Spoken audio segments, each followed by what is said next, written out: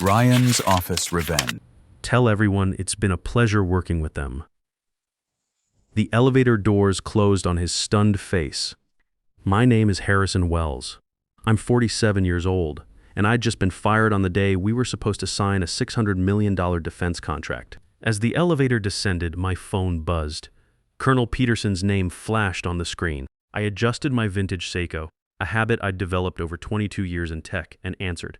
Harrison, where are you? My team's been waiting in the lobby for 20 minutes. We're ready to make this deal happen. There's been a system failure, I said, using the language that came naturally after decades of troubleshooting. My access has been terminated, effective immediately. Silence on the line. Then, what the hell are you talking about? Terminated on signing day. That's impossible. The elevator doors opened to the lobby. I could see Colonel Peterson standing with his procurement team, phone pressed to his ear, his other hand cutting through the air in confusion. Behind him, Dylan Pierce had positioned himself near the reception desk, probably expecting to be part of the handshake photos. No system error, Colonel. Just corporate politics. I suggest you interface directly with the company's new representatives. I walked out carrying my box of personal items. Peterson spotted me immediately, and his expression shifted from confusion to alarm. He ended the call and moved toward me. Harrison. He extended his hand like he was trying to restore a broken connection. Ready to sign this contract? I took a breath, aware that Dylan was monitoring our conversation from across the lobby. Permission denied. They just revoked my credentials. Peterson's face hardened as he turned toward Dylan, who was now approaching us with that swagger he'd perfected at Stanford. You did what? The look on Dylan's face shifted from satisfied to confused as Peterson's words registered. Behind him, the entire defense procurement team stared in disbelief. I was just enforcing company policy, Dylan said, his voice losing some of its authority. Harrison refused to implement mandatory user tracking protocols. That's insubordination. Peterson's expression went dark. You fired the chief architect of a $600 million defense contract because he wouldn't install spyware on government systems. Richard Pierce appeared then, rushing from the elevator with several board members behind him. Colonel Peterson, I'm sure we can resolve this. Harrison is valuable to us. This is clearly a miscommunication, but Peterson had already turned away, speaking quietly to his team. I caught fragments. Integrity concerns. If this is how they treat their senior engineers, security implications. I stood there watching 22 years of relationship building dissolve in real time. The encryption systems I'd designed, the trust I'd built with military procurement, the reputation that had taken decades to establish. Richard approached me, lowering his voice. Harrison, let's discuss this privately. Dylan is new to leadership. He made an error in judgment. We can patch this. No patches available, I replied, loud enough for everyone to hear. Your son made an executive decision. You supported it with your silence. I accept the termination. Peterson turned back to us. Our contract was specifically with Harrison Wells. He designed the core security architecture. He's the only one who understands both the technical requirements and our operational needs. He shook his head. Without him, we're not comfortable proceeding. You can't just walk away, Richard protested. The contracts are drafted. The press announcement is scheduled. Actually, we can, Peterson said. Section 12, subsection 4 of your own proposal includes a key personnel clause. Harrison Wells is specifically named. If he leaves the company before contract execution for any reason other than illness or death, we have the right to withdraw without penalty. I had insisted on that clause myself. Standard protection for critical personnel. Now it was the kill switch that would crash the entire deal. Harrison wrote that clause. One of our lawyers whispered to Richard. He's the only one who flagged its significance during contract review. Peterson extended his hand to me, Harrison. When you decide on your next venture, call me. Engineers with your integrity are rare in this business. With that, he and his team walked out, leaving silence behind them. I nodded once to my former colleagues, then headed for the exit, ignoring Richard's calls for me to come back. Outside, the morning air felt different. Cleaner somehow, despite the weight of what had just happened. I had no job, no immediate prospects, and had just watched my greatest professional achievement collapse. Yet beneath the shock, my internal systems were already running diagnostics on new possibilities. My phone started buzzing continuously as I walked to the parking garage. I powered it down without checking the messages. Whatever crisis was compiling back at the company wasn't mine to debug anymore. At home, I poured myself 2 fingers of bourbon, Maker's Mark, not the expensive stuff, and sat on my back deck watching the clouds process across the sky. When was the last time I'd been home before dark? When had I last actually noticed the weather? That evening, market alerts popped up on my tablet. Our company's stock had dropped 28% on rumors the defense contract had failed. By morning, it would fall another 14%, reaching a total decline of 42%. Thousands of jobs were suddenly vulnerable. The company I'd worked so hard to build was now in critical failure mode. Part of me felt responsible. Those were good people who would suffer, but a stronger part recognized that I hadn't crashed the system. Their leadership had. For the next week, I ignored calls and emails. Colleagues, reporters, recruiters, everyone wanted to know what had happened and what I planned to do next. I wasn't ready to compile that information. Instead, I caught up on sleep. I cooked actual meals instead of eating delivery at my desk. I called my brother Thomas in Phoenix, had long conversations with friends I'd barely contacted in 3 years. "I haven't heard you this relaxed in years," Thomas said during one of our calls. "Getting fired might be the best thing that ever happened to you." "Maybe," I admitted, "but I still can't process how it ended." 22 years, Thomas. 22 years building systems and relationships, and they let some kid with an MBA destroy it all in one morning. "And what did they build for you?" he asked. "You gave them everything. The first time Dylan wanted to flex his authority, they let him delete you from the system. He wasn't wrong."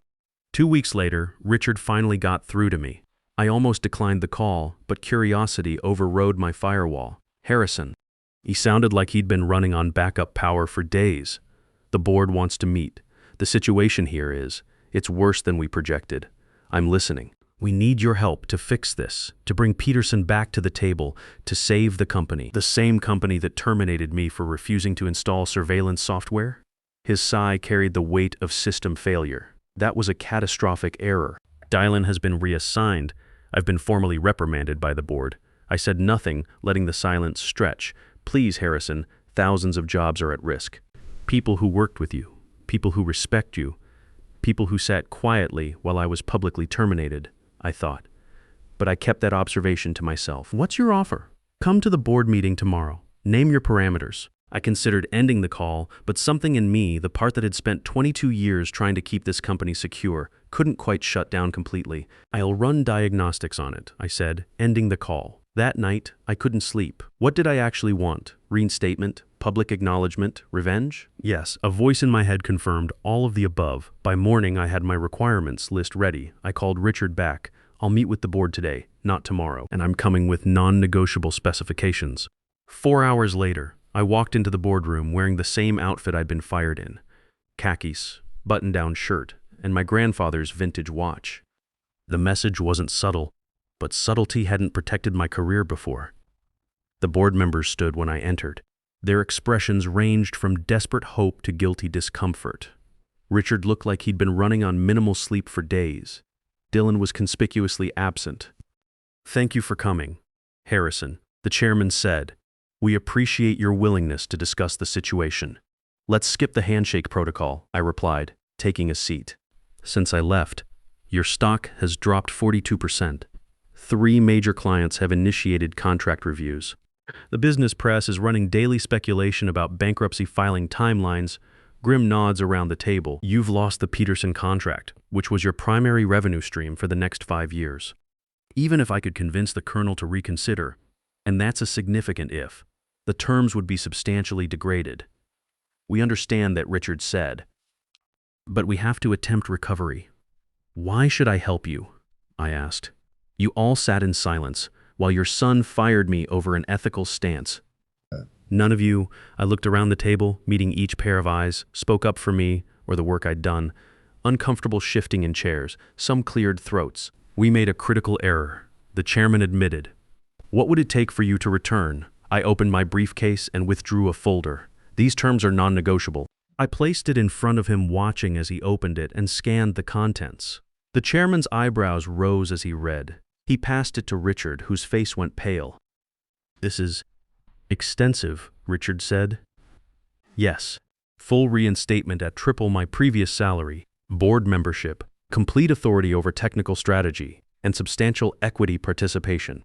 Also, this clause about intellectual property development, any new technology I develop while employed here remains 70% my personal property. The company may claim 30% ownership, but I retain controlling interest and licensing rights. That's highly unusual, one board member objected. So is firing your CTO over security ethics on the day of a $600 million contract signing, I replied. Consider it insurance against future management failures. They exchanged glances, silent communication passing between them. Finally, the chairman spoke. And if we accept these parameters, you'll attempt to restore the Peterson contract. I'll attempt recovery. I can't guarantee successful execution. Another round of looks. Then the chairman pushed the contract back to me, now bearing his signature. Approved. One by one, the other board members signed. Richard was last, his pen hovering briefly before he added his name. When can you start? The chairman asked. System restart begins now, I said, standing. I'll be in my office initializing recovery protocols. I suggest you all prepare for a very demanding few months. As I turned to leave, Richard called after me. What about Dylan? I paused at the door. What about him? He's still with the company, junior position in product development. Will that be a problem? I smiled. Not for me. That night, I called Colonel Peterson. The conversation was long and difficult. As I'd predicted, he was reluctant to re-engage. Your company showed its true priorities, Harrison. Why would I trust them again? You wouldn't be trusting them, I replied. You'd be trusting me. And I now have the authority to guarantee what I promise. After 2 hours, he agreed to consider a revised proposal with significantly less favorable terms for my company, but better security guarantees. The new contract value would be $380 million over 5 years instead of the original $600 million. But it was something. Over the next few weeks, I worked systematically to repair what could be salvaged. Several departments required restructuring. Some positions were eliminated, none of them people who had been in that boardroom when I was terminated. I occasionally saw Dylan in the hallways. He always found somewhere else to look. I never approached him or mentioned his name in meetings. His presence in the system was irrelevant to my operations. But an idea had begun processing in my mind from my very first day back. That unusual clause in my contract, the one giving me majority ownership of new intellectual property, hadn't been random. I had a plan, one that would require patience and strategic development. It began with a conversation with Jennifer Rodriguez, our head of product development. I need a side project, I told her over coffee one morning. Something small, experimental. Can your team provide support? Jennifer, pleased that I'd selected her for special assignment, agreed immediately. What kind of project? I've been analyzing cybersecurity needs, specifically small business protection. Most existing solutions are either too complex or too invasive. She looked surprised. That's outside our current market segment. Exactly, I agreed. But it's a sector with significant unmet demand, and my contract allows for exploration of new verticals. Within days, Jennifer had assembled a small team. We worked evenings and weekends conducting market research, developing prototypes, testing security frameworks. I was particularly interested in privacy-first architecture, comprehensive protection systems that didn't require invasive data collection. Why not just make them enterprise level from the start? One team member asked. Because different organizations have different privacy priorities, I explained. Small businesses need enterprise-grade security without enterprise-level surveillance. They want protection, not monitoring. The team embraced the challenge enthusiastically. They saw it as creative problem-solving distinct from their regular assignments, an innovative project with an experienced leader. Meanwhile, I continued rebuilding client relationships and slowly, methodically, reconstructing a viable partnership with Colonel Peterson's procurement office. The company remained vulnerable, but immediate bankruptcy risk had been mitigated. Richard watched my work with a mixture of gratitude and unease. He knew I'd preserved his position for now, but sensed that I wasn't quite the same engineer who had left that day with a cardboard box. You've changed, he said one evening as we reviewed quarterly projections. Have I? You're more calculating somehow, more strategic. I adjusted my watch. Experience upgrades our processing capabilities. Richard, being terminated in front of 21 silent colleagues tends to optimize one's operational parameters. He winced. I've apologized for that multiple times. Yes, you have, and I've accepted your apology, but acceptance doesn't equal system restore to previous settings. As weeks turned to months, our cybersecurity project evolved from concept to functional prototype. We partnered with a small manufacturing facility to produce limited beta versions, funded through my personal investment with proper compensation to company resources as outlined in my contract. The designs were elegant, effective, and quietly revolutionary. Each system incorporated our core innovation: comprehensive protection without invasive monitoring, security that respected user privacy while maintaining complete threat detection. I began running our prototypes in live environments. Simple implementations at first, basic firewall systems, encrypted communication tools. No one commented directly, but I noticed increased interest from other departments. Then came the breakthrough systems, beautifully architected, completely professional, and secretly revolutionary. Full enterprise security with zero user surveillance. 1 week protecting against standard threats, the next blocking advanced persistent attacks, always maintaining privacy. Colleagues began asking about our security upgrades. Instead of explaining directly, I invited them to participate in user testing, collecting their feedback on small business cybersecurity challenges. The systems are so intrusive, one department head complained. My last company, basic protection was enough. Here, we need these comprehensive monitoring systems.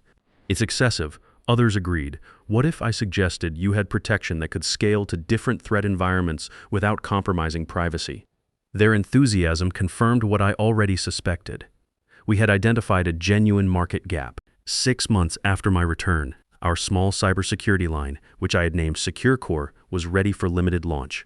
We had a functional website, a manufacturing partner ready for orders, and a growing list of interested clients. The day before our official launch, I called a company-wide meeting. Everyone attended, curious about the unusual assembly. As I walked to the front of the conference room, I noted with satisfaction that Dylan was present, sitting in the back row, trying to blend into the background. "Thank you all for coming," I began. "Today marks an important milestone for our company. We've stabilized our core business, restored key client relationships, and are now ready to announce something new." Richard, sitting in the front row, looked confused. This wasn't on his agenda for the past 6 months. A specialized team has been developing an innovative project, one that represents not just a new product line, but a new direction for our company's future. I clicked to display the first slide, our cybersecurity line's logo. Clean and professional. I'm proud to introduce SecureCore, cybersecurity solutions designed to protect without invading, to secure without surveilling. Murmurs swept through the room as I clicked to the next slide, showing system architecture diagrams. "These aren't just security systems," I continued. "They're solutions. Every component in this platform addresses a specific challenge small and medium businesses face daily." I walked toward the center of the room, gesturing toward the technical specifications on screen. "Take this firewall system I'm running right now. At first glance, it looks like standard network protection, but it features proprietary privacy-first architecture. With simple configuration changes, it can scale from basic small office protection to enterprise-level threat detection while maintaining zero user surveillance." I demonstrated the system's capabilities, showing how it could adapt while maintaining complete privacy protection. No more choosing between security and privacy. No more surveillance-based protection systems. Richard shifted uncomfortably in his seat. Several board members exchanged glances. In the back, Dylan stared with wide eyes, recognition processing across his face. "You might be wondering why a defense contractor is launching cybersecurity solutions." I smiled. The answer is simple. We identified a market need and created an innovative solution, exactly what we do with our core business. I advanced to the next slide, showing projected revenue figures that made several executives sit straighter. Our market research indicates significant demand for privacy-first cybersecurity. We've secured manufacturing partnerships, built distribution channels, and created a marketing strategy that emphasizes authentic problem-solving. I paused, meeting Dylan's eyes across the room. Every SecureCore system includes documentation explaining its development philosophy. How one arbitrary decision prioritizing surveillance over security nearly destroyed a century-old company and derailed a $600 million contract. The room went completely silent. No one looked at Dylan, but everyone understood the reference. That incident revealed something important. When technical competence is subordinated to political considerations, everyone loses. SecureCore offers a practical solution to that problem. I clicked to the final slide showing our launch date, tomorrow. Thanks to my employment contract, which grants me controlling interest in new intellectual property development, SecureCore will operate as an independent entity with 30% ownership by this company. Richard stood up. Harrison, this is the first I'm hearing about launching tomorrow. The board should review timing. The board approved my contract, which gives me autonomy over intellectual property development. I replied smoothly. The timing is optimized for market conditions, but I welcome your support. I turned back to the audience. This isn't just about cybersecurity. It's about recognizing that true technical excellence comes from competence, innovation, and integrity, not from surveillance capabilities or political positioning. With that, I thanked everyone and ended the meeting, ignoring the buzz of conversation that erupted. As people filed out, I noticed Dylan remained seated, staring at the now blank screen. I walked past him without acknowledgement. My message had been transmitted and received. The launch exceeded all projections. Press coverage focused on our innovative architecture, but also highlighted our origin story. Fired for ethics. How one CTO turned termination into innovation. Read one headline. Orders flowed immediately, overwhelming our initial production capacity. Small businesses across multiple industries responded to both our technical solutions and the principles behind them. 2 weeks after launch, our servers crashed from traffic when Colonel Peterson gave an interview mentioning SecureCore. I use their systems now, he told the reporter. Best security architecture I've encountered, and I appreciate supporting a company that values integrity over surveillance. The interview went viral. Orders doubled, then tripled. Richard called me to his office the day after the interview published. This is bigger than we anticipated, he said, gesturing to the sales reports. Yes, I agreed. The board is concerned about focus. They worry SecureCore is diverting your attention from our core business. Our core business is stabilized. The Peterson contract is progressing on schedule. My performance metrics remain exemplary, he sighed. That's not the real concern. I waited. The story behind SecureCore. It's damaging our reputation. Making Dylan look incompetent. The story is accurate. Sometimes accuracy can be destructive. I adjusted my watch, considering his words. What I want, I said finally, is for decisions to have consequences. Real ones. When Dylan fired me, he believed there would be no meaningful consequence for him. You remained silent, believing the same. The board took no action because they assumed corporate hierarchy would protect everyone except me.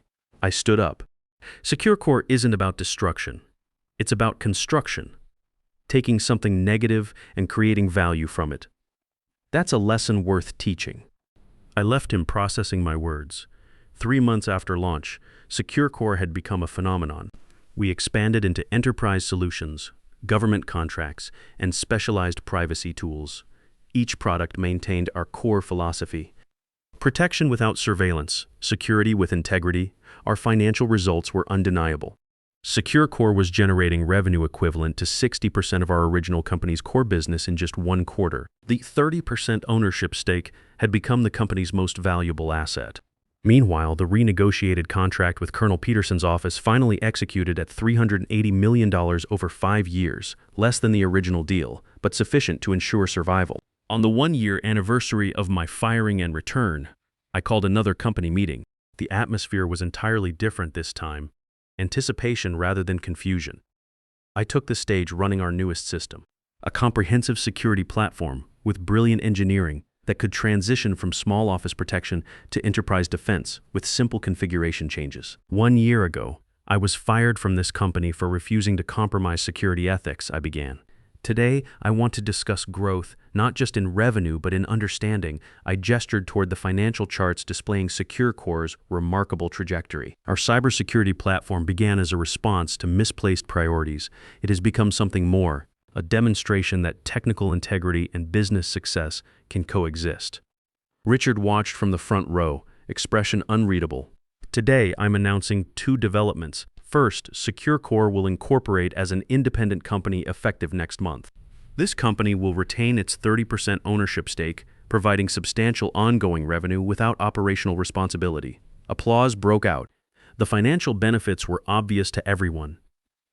Second, I continued when the room quieted. I've established a foundation funded by SecureCore profits. The Technical Excellence Initiative will provide grants and mentorship to experienced engineers facing workplace discrimination. I paused, finding Dylan in the audience. He no longer hid in the back but sat in the middle rows, diminished but present. I've been asked many times if SecureCore was developed for revenge. The answer is more complex than yes or no. It was developed because someone tried to reduce my professional worth to political compliance, and I refused to accept that evaluation. I walked to the edge of the platform. The foundation will include a unique opportunity. A fellowship program for individuals who've made significant professional errors and demonstrated genuine growth afterward. The first fellowship cycle is now open for applications. Dylan's eyes widened slightly. Mistakes can define us or transform us. The choice belongs to each of us. After the meeting, Dylan approached me for the first time since that day a year ago. The fellowship program, he said quietly. Is it legitimate? Everything I develop is functional, I replied. He nodded, swallowing visibly. Would I be qualified to apply? I studied him. The arrogance that had radiated from him a year ago had been systematically debugged over 12 months in a junior role, watching the consequences of his actions compile into public failure. The application process is rigorous, I said. It requires comprehensive self-assessment and growth documentation. No special access privileges. I understand, he said. I need to run a different program. Be a different version of myself. I handed him my business card. Application details are on the foundation website. Submission deadline is in 2 weeks. 2 months later, SecureCore's independence became official. I remained connected to the original company as a board member and strategic consultant, but my primary focus shifted to building the cybersecurity platform and foundation. Dylan did apply for the fellowship. His application wasn't the strongest or the weakest. The selection committee, which I deliberately excluded myself from, ultimately awarded him an alternative position, not a full fellowship, but acknowledgement of potential for growth. When he received the notification, he sent me a single message. Thank you for the opportunity to be more than my worst decision. I didn't reply, but I archived the message. The original company never fully recovered its former market position, but stabilized as a smaller, more focused entity. Richard eventually stepped down, acknowledging that new leadership was needed for the next phase. As for me, SecureCore grew beyond anything I had initially projected. What began as a response to termination evolved into an enterprise that empowered thousands of businesses to maintain security without sacrificing privacy or principles. The revenge, if you could call it that, wasn't in Dylan's demotion or the company's struggle. It was in my transformation of a moment designed to diminish me into a movement that elevated others. Sometimes the most powerful response to someone who tries to delete you from the system is to build a better system entirely. And that system, I discovered, could either exclude or include, depending on how you architect it. If you've made it this far, thank you for staying with my story. I'd appreciate knowing what resonated most with you. Was it the moment of being fired, the return with new parameters, or the development of something meaningful from that experience? Your feedback helps me understand what matters to you, and I read every response. If this story connected with you in any way, please let me know so we can stay connected. There are more stories to share, and I'd be honored to have you along for the process. In business and life, your response to injustice defines you more than the injustice itself. You can either become bitter or become better, but you can't become both. The most devastating revenge isn't destroying your enemies. It's building something so successful that they have to watch you win while knowing they caused their own downfall.